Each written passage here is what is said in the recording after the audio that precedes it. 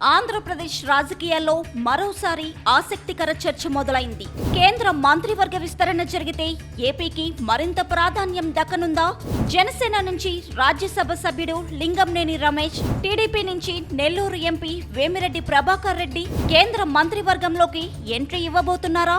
ఢిల్లీ రాజకీయ వర్గాల్లో ప్రస్తుతం ఇదే హాట్ టాపిక్ గా మారింది.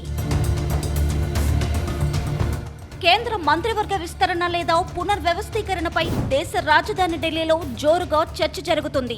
ఈ నేపథ్యంలో ఆంధ్రప్రదేశ్కు అదనపు ప్రాతినిధ్యం కల్పించే అవకాశాలపై రాజకీయ వర్గాల్లో ఊహాగానాలు వినిపిస్తున్నాయి.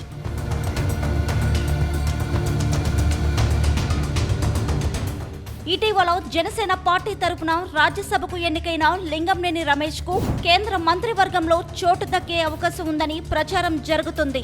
ఎన్డీఏ కూటమిలో జనసేన కీలక భాగస్వామిగా కొనసాగుతున్న నేపథ్యంలో ఈ చర్చ మరింత బలపడుతుంది.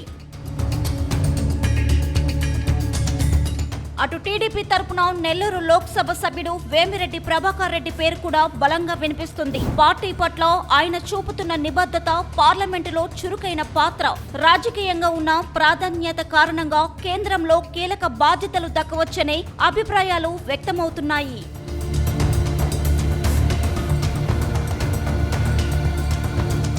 ప్రస్తుతం కేంద్ర మంత్రివర్గంలో టీడీపీకి ఏపీలో ఇప్పటికే ప్రాతినిధ్యం ఉన్నప్పటికీ రాష్ట్రంలో ఎన్డీఏ కూటమి బలపడిన నేపథ్యంలో మరిన్ని అవకాశాలు కల్పించే అంశాన్ని కేంద్ర నాయకత్వం పరిశీలిస్తున్నట్లు సమాచారం.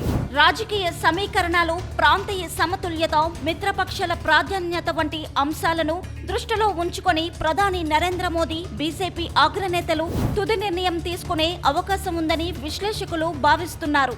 అయితే ఇక్కడ ఒక విషయం స్పష్టం చేయాలి. కేంద్ర మంత్రివర్గ విస్తరణపై ఇప్పటి వరకు ఎలాంటి అధికారిక ప్రకటన వెలువడలేదు. ప్రస్తుతం వినిపిస్తున్నవన్నీ రాజకీయ, మీడియా వర్గాల్లో జరుగుతున్న చర్చలు మాత్రమే. మంత్రివర్గ విస్తరణ జరిగితేనే అసలు విషయంపై స్పష్టత రానుంది.